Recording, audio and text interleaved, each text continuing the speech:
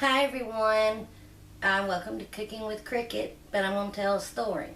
I don't know if I've told this story or not. If I have, I'm sorry for the repeat. But being at the eye doctor's yesterday, it reminded me of the time that I'm going to tell, because I had to explain why this eye is more dilated than this eye. So, I've been in 2 bad car accidents when I was young. The first one, I believe I shared before. Hadn't been long driving, and me and my friend and my little cousin Lisa, y'all have met her. She would always go everywhere with us. We were in my car, and we were coming, the road we was going down had like an incline, and when we got like to the bottom of it, there was a van just stopped in the middle of the road, and it was done getting nighttime. And so I stopped, and I'm like, why is this van just stopped right here in the middle of the road? And we're like, my friend said, oh look, they have a flat tire. So by that time, we were hit so hard, rear-ended, that instead of us going into that van with my hand on the wheel, it knocked us into oncoming traffic. Well, luckily there was not a car coming at the time, and somehow I was able to get my car back around to the front and pull over. I don't know why I didn't pull over where it knocked me into. I mean, it knocked us so hard that my seat had turned this way, my whole seat. So, and I almost rolled us off an embankment. That's what the cops told me. So, back then, your soft drinks came in glass bottles, and I had a Pepsi bottle between my legs, and it shattered. So, I'm like, oh my gosh, everybody okay? Soon as we got out and looked up the hill, a whole bunch of men just started running to us. There so happened to be some ambulance drivers sitting at a restaurant, at a fast food restaurant, saw the whole thing, so they was running down toward us. And remember, I told you it knocked my seat completely this way.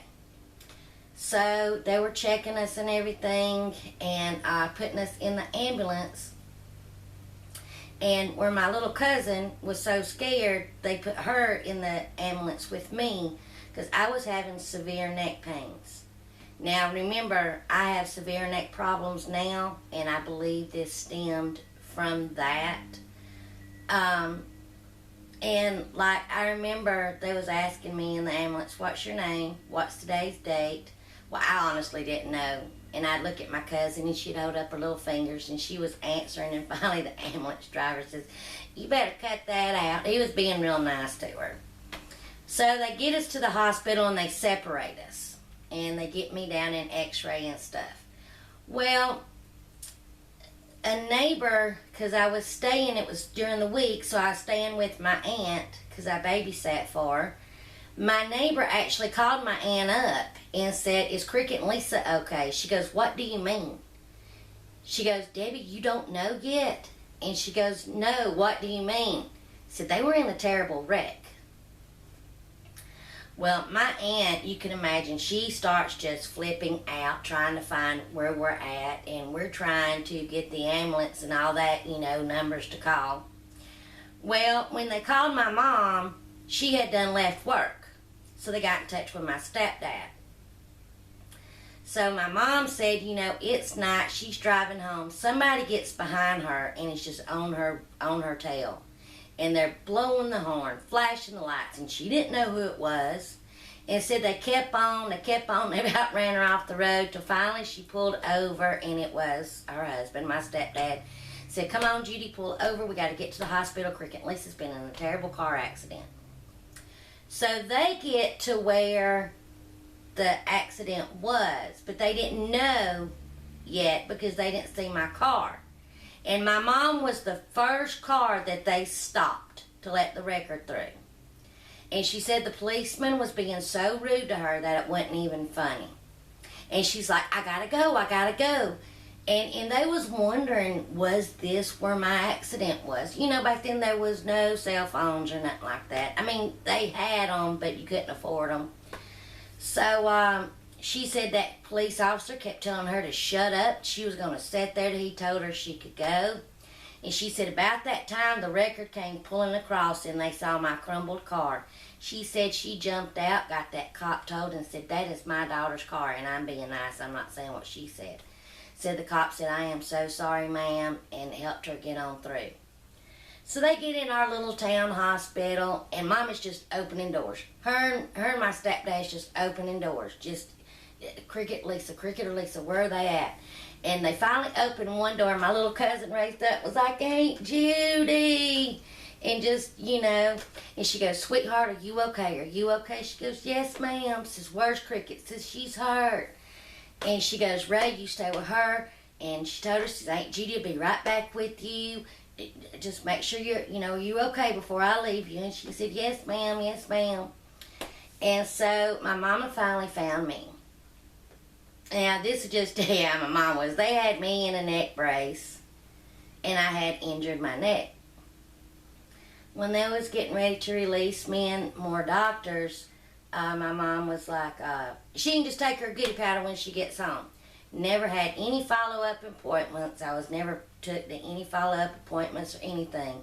But I know for like a month, my neck hurt me so bad that it affected my vision. It just the pain was so severe.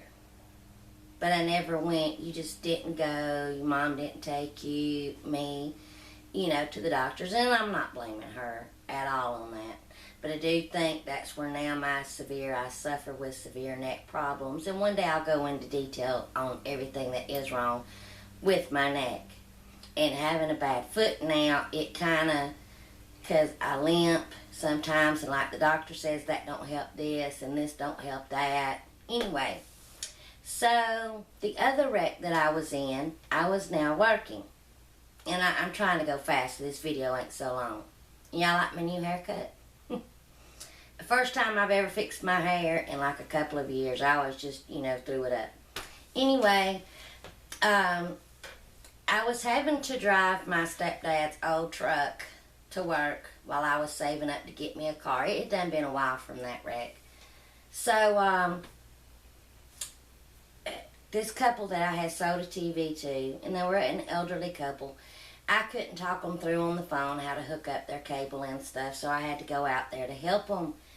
And actually Richard, my husband, he was a department manager, and then the other guy, department manager, he told me, he says, take my car, your old truck will never get you there and back quick enough, just take my car. It was a little car.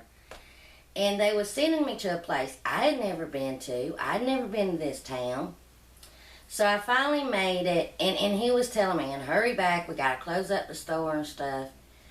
And so I went to the couple's house and showed them how to hook up their TV and stuff. And they knew that the store would be closing.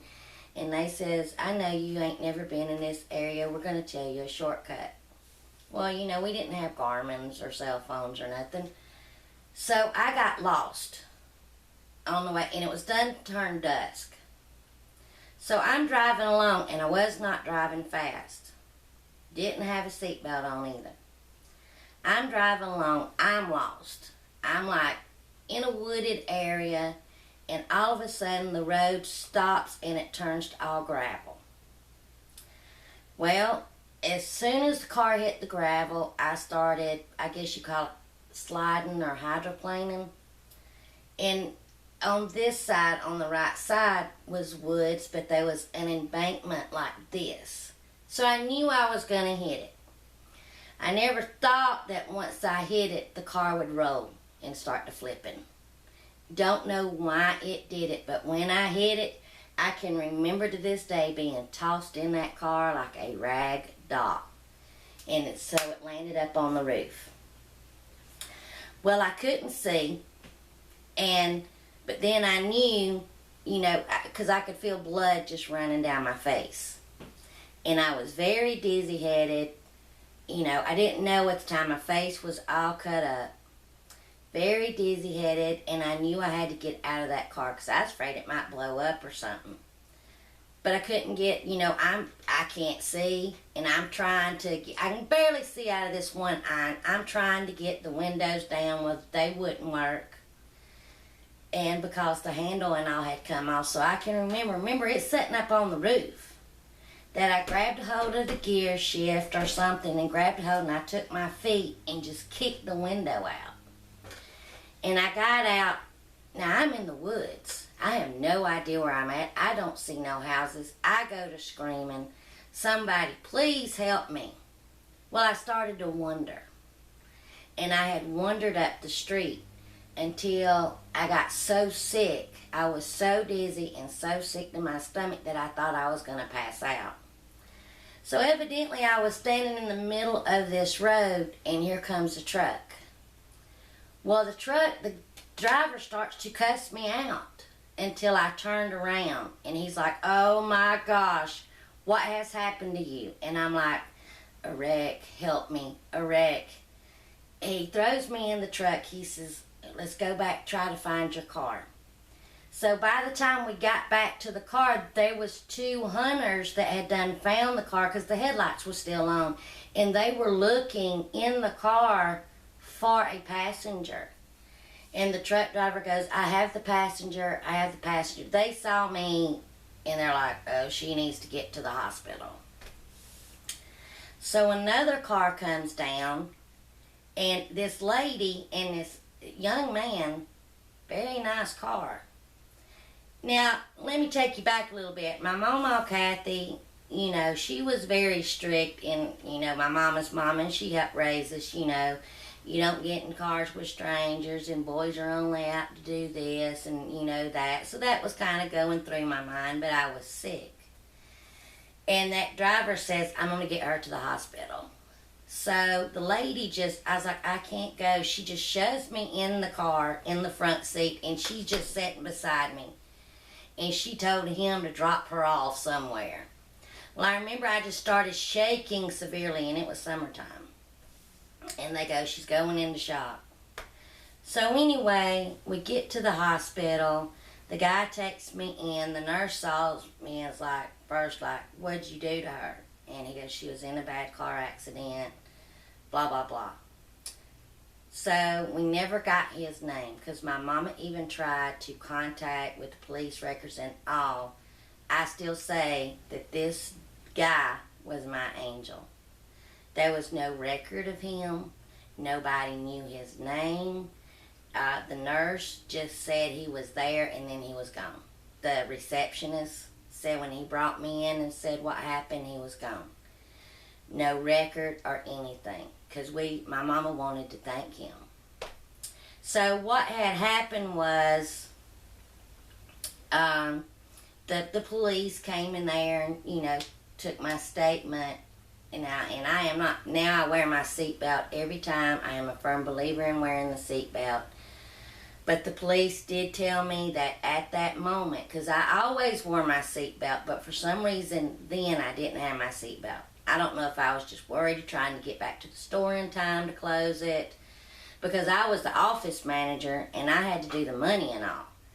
I don't know what was going through my mind, but I didn't have it on, and he said, had I had on my seatbelt, that it would have broke my neck, the way the car was and stuff. I don't know. So, nobody would let me look at my face.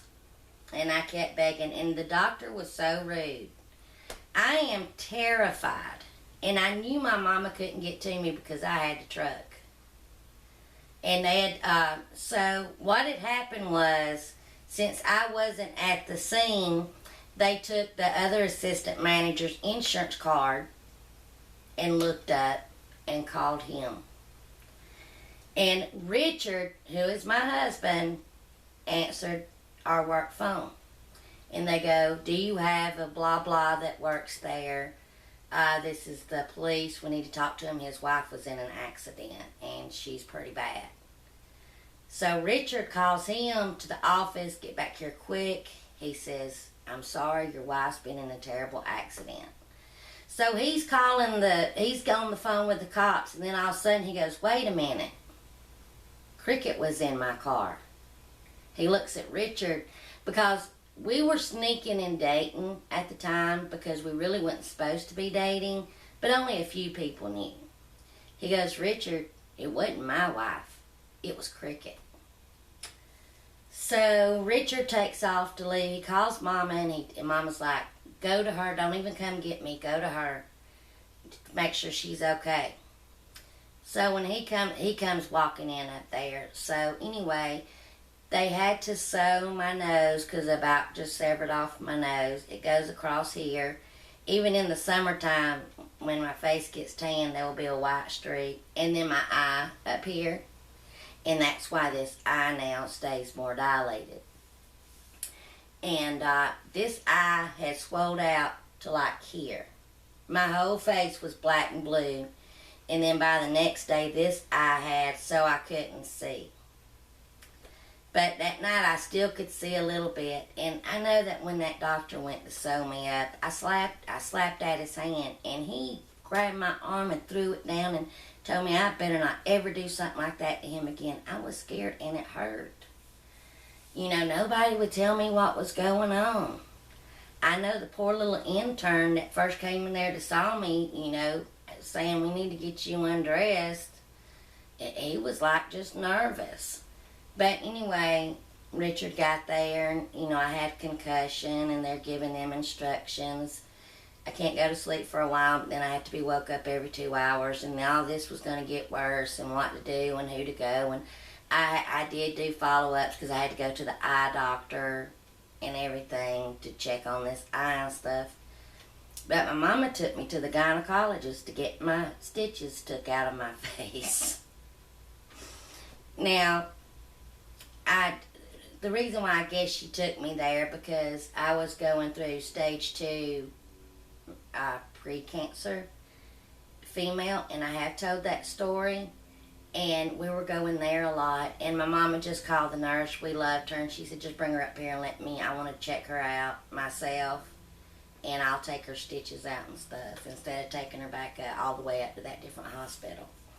So anyway, when Richard got there, I could tell by the look on his face that something didn't look right. So I'm like, let me see a mirror. No, you're not going to see a mirror. So when we left, I said, I need to go to the bathroom. He said, no, you just won't look at your face. I said, I've got to go to the bathroom.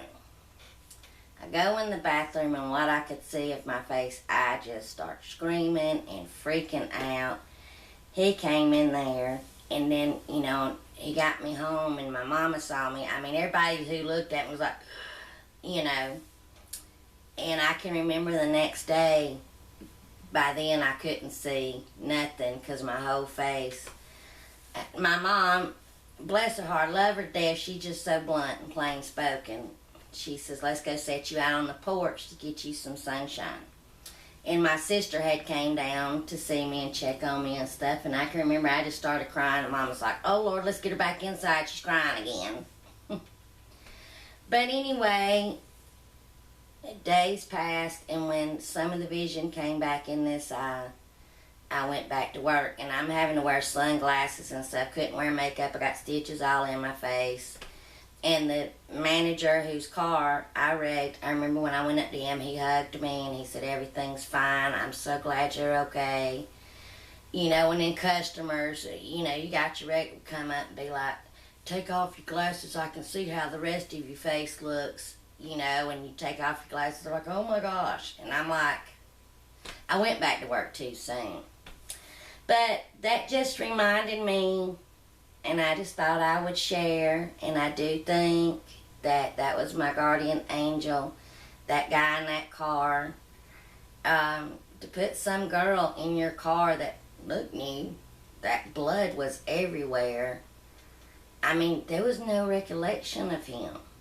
Because even the cop said, how did you get here? And I don't know who that woman was either.